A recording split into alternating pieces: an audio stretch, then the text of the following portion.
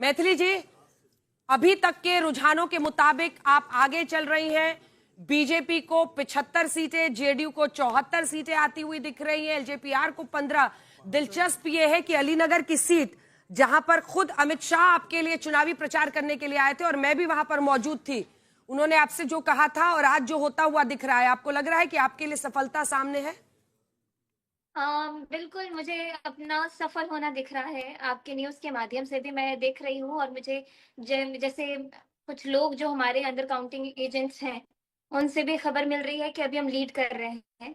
हालाँकि मैं फिर भी टीवी के सामने बैठी हूँ कि क्या मैंने देखा है अभी पिछले चुनावों में कि स्पाइक होते रहते हैं। तो इसीलिए मैं जब तक मुझे सर्टिफ़िकेट नहीं मिलता, मैं आप लोगों के मैथिली, सामने आपके लिए कहा नहीं जाता है, देखिए साहिल एक अभी सेकंड, इनके लिए कहा जाता है कि देखन में चोट लगे घाव हर एक करे चीज़ के लिए गंभीर। अब मिश्रा जी सामने खड़े थे आपके चुनावी मैदान में, वो आपको खूब कह रहे थे कि अरे अब मैथिली के सामने तो पूरी उम्र है, हमारा आखिरी चुनाव है, हमको जिताइए।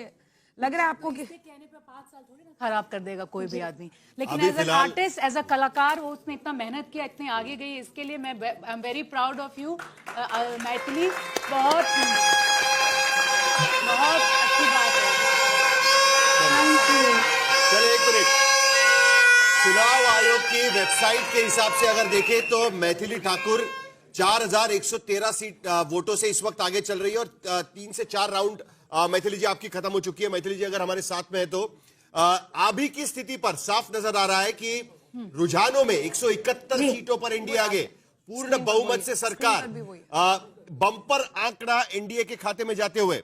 आपकी शैली में अगर कुछ गाना हो जाए तो अच्छा होगा, अगर आप कह दे कि भाई ये जीत आपका सेहरा किस पर चढ़ाना चाहती है।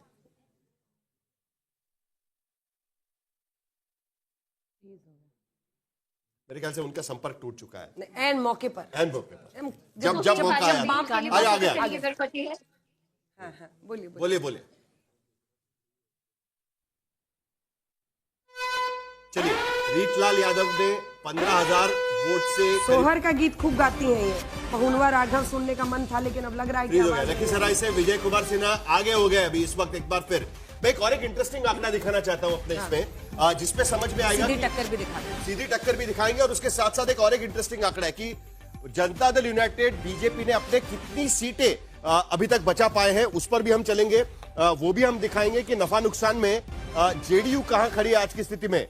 ये अगर हम देखें तो चंपारण से 2 सीटों का फायदा जेडीयू को होते हुए, भोजपुर से 9 सीटों का फायदा जनता दल यूनाइटेड को, कोसी से 1 सीट का फायदा, मिथिलांचल में 7 सीटों का फायदा और पाटलिपुत्र मगध में 9 सीटों का फायदा। सीमांचल के भीतर भी 2 सीटों का फायदा जनता दल यूनाइटेड को होते हुए। भारतीय जनता पार्टी के पर नजर डालें तो चंपारण में 5 सीटों का नुकसान, लेकिन भोजपुर से 7 सीटों का फायदा और पाटलिपुत्र मगध में 3 सीटों का फायदा।